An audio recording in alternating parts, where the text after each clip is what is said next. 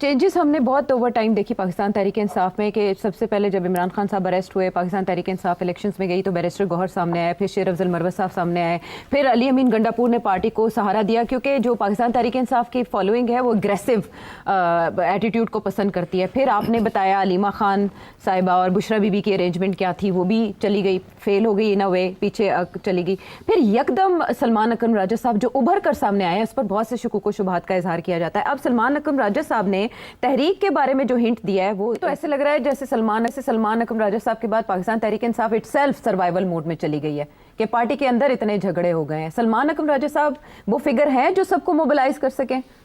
कोशिश तो उनकी होगी, मगर मैं नहीं समझता इट विल बी पॉसिबल, क्योंकि इनके खिलाफ जो महाज बन रहा है वो it's a very political महाज।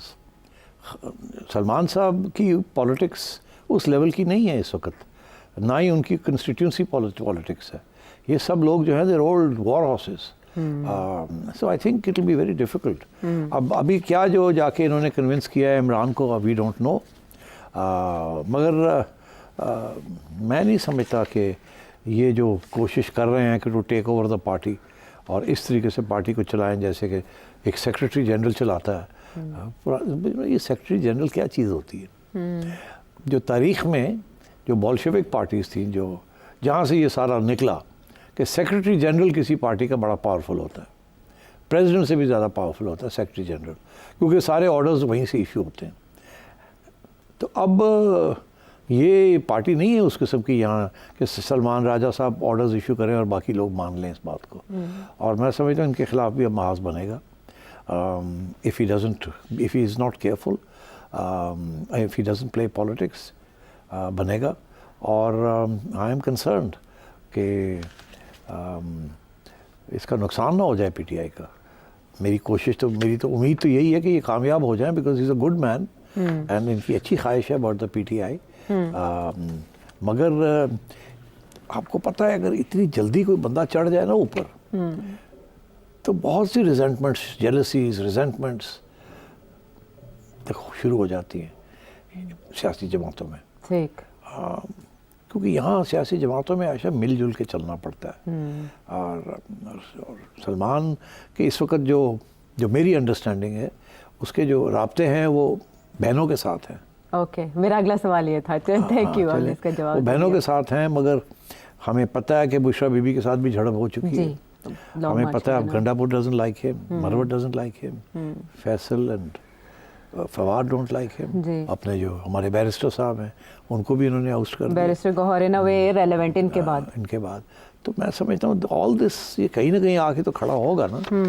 And I think Salman should be very careful कि इतना बढ़ के आगे अपने साथियों के साथ वो लोग जिनकी काफ़ी कुर्बानियाँ हैं पीटीआई के लिए और काफ़ी मेहनत की है उन्होंने, उनको इस तरीके से साइड लाइन आउट ना किया जाए, कोशिश की जाए उनको साथ लेके चलने की कोशिश की जाए।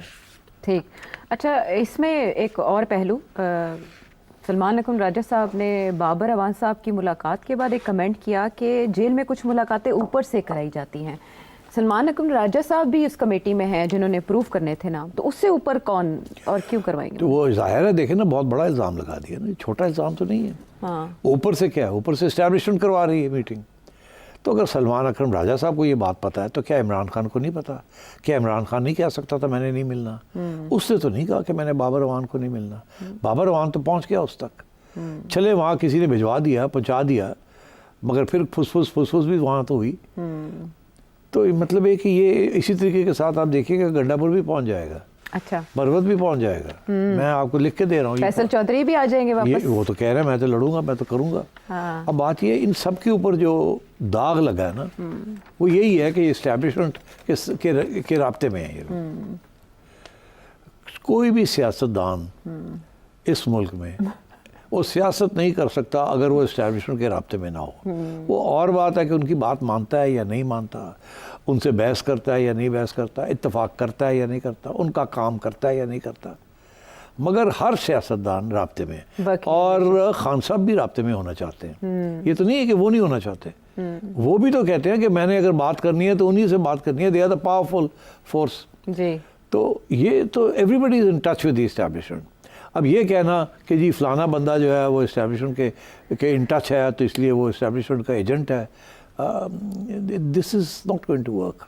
इस मुल्क में सारे ही सियासतदान जो हैं they're in touch with the establishment, खा वो इमरान खान के लोग हों, खा वो इमरान खान हो, खा वो बुशरा बीबी हो। Honestly I am telling you, permit वहीं से मिलता है सियासत। परमिट लें या ना लें, मगर अगर इस्टेब्लिशमेंट के साथ रास्ते में अगर वो ना हो तो वो सर्वाइव नहीं कर सकते। नहीं कर सकते, वर्किंग रिलेशनशिप रखना पड़ता है। वर्किंग रिलेशनशिप, इसका ये मतलब नहीं है कि आप हर बात उनकी माने। हाँ। इसका ये मतलब है आप अपनी इंडिपेंडेंस भी रखें, ऑटोनॉमी भी रखें, मगर आप अपने लिए इतनी स्पेस रखें कि आप काम भी कर सकें। ठीक है, ये बहुत बड़ा चैलेंज है जिसमें बहुत से लोग फेल हो जाते हैं। बहरहाल पाकिस्तान तहरीक के बाद तहरीक चला पाएगी या नहीं, पेचीदा सूरत हाल है, और सूरत हाल में से रास्ता कैसे निकालते हैं सलमान अकरम राजा साहब, उनके लिए सबसे बड़ा चैलेंज। वापस आते हैं एक ब्रेक के बाद। शो में साथ देने का शुक्रिया। एक बहुत अहम मामला, कौमी सलामती से जुड़ा सॉफ्ट स्टेट से हार्ड स्टेट की तरफ का सफ़र, और इस सिलसिले में हम देख रहे हैं कि बहुत पुख्ता इकदाम किए जा रहे हैं। एक 15 रुकनी कमेटी बना दी गई है जिसकी सरबराही वो मोहसिन नकवी साहब करेंगे जो बड़े अरसे से खामोश थे, लेकिन अब उनकी तरफ से मजम्मती बयान और मुलाकातें भी शुरू हो गई हैं। जो कायम मकाम अमरीकी सफ़ीर हैं उनके साथ उनकी मुलाकात हुई है, और ये जो कमेटी बनाई गई है इसमें सारे सूबों के होम सेक्रेटरीज़ होंगे और इसके अलावा इंटेलिजेंस एजेंसीज़ और CTD भी इसका हिस्सा होगी। तो सिट साहब, पहले मैं मोहसिन नकवी साहब के बारे में पूछूं या पहले कमेटी के काम के बारे में पूछूं? जाहिर है आपको तो दिल यही चाह रहा है कि मोहसिन नकवी के बारे में पूछें। असल में आपने कहा, शरारत करने में तो बड़ी तेज हैं आप। आपने बड़ा अच्छा नुक्ता दिया था। आपने कहा हार्ड स्टेट की तरफ का सफ़र है, इसीलिए परवेज़ खट्टक साहब इंटीरियर मिनिस्ट्री में आए। तो मोहसिन नकवी साहब मिनिस्ट्री नहीं छोड़े? ओके, बस अभी ऐसे लग रहा है आपको कि वो नहीं छोड़ रहे। हाँ हाँ, क्या मैंने कहा कि ऐसे लग रहा है। हाँ, लेकिन ऐसा है नहीं। मैं आपको एक बात बताऊं, मेरी इंप्रेशन ये है कि Mohsin Naqvi was never interested in interior, मगर इस्टेब्लिशमेंट वाज इंटरेस्टेड कि उनका अपना बंदा इंटीरियर में आए। अच्छा। मोहसिन नकवी साहब की तबीयत पिछले रोज़ चंद रोज़ से कुछ नासाज रही, ही वाज नॉट वेल। अच्छा। So he didn't attend many functions. Rumours शुरू हो गए कि जी शायद ये छोड़ रहे हैं या छुड़ाई जा रही है मिनिस्ट्री। ठीक, मोहसिन नकवी ने कहीं एक बयान भी कभी दिया था कि अगर मुझे छोड़ना ही पड़ी तो मैं PCB नहीं छोड़ूंगा, PCB रख लूँगा, इंटीरियर छोड़ दूँगा। अब इंटीरियर जो है ना is a full time job, PCB is a full time job, मगर interior is far more important for the establishment than PCB। जी। और मोहसिन नकवी साहब is hand picked by the establishment, 100% एतबार और 100% the man. So running interior is very important. मैं फिर से ये कहूँगा कि खटक साहब का वहाँ आना, उसका मतलब ही ये है कि इस्टेब्लिशमेंट ये फील कर रही थी कि इंटीरियर जो है कुछ ऐसे एरियाज़ हैं जहाँ मोहसिन नकवी साहब नहीं पहुँच पाते, या अगर पहुँचते भी हैं is not very effective, and one such area is KP। तो KP में आगे कोई प्लानिंग करनी है, कुछ करना है, तो यू नीड समबडी जो पॉलिटिकली वाइज हो from the point of view of KP, और इंटीरियर में भी डिफेंस और इंटीरियर के जो तल्लकात होते हैं एस्टेब्लिशमेंट के साथ, उसकी भी एक्सपीरियंस हो, कोऑर्डिनेशन अच्छी कर सके। अब खटक साहब रहे हैं defence minister under Imran Khan, तो उन्हें तो पता है कि एस्टेब्लिशमेंट के साथ राब्ते कैसे होते हैं, कैसे कम्युनिकेशन होती है, कैसे इम्प्लीमेंटेशन होती है। और आपको याद होगा जब इमरान खान की आखिरी स्टेजेस थे और लोग आ रहे थे जा रहे थे, बाजवा साहब को मिलने आ रहे थे जा रहे थे, 2-2 3-3 लोगों के टोले जाते थे, याद है आपको? बिल्कुल याद। तो खटक साहब was always part of those.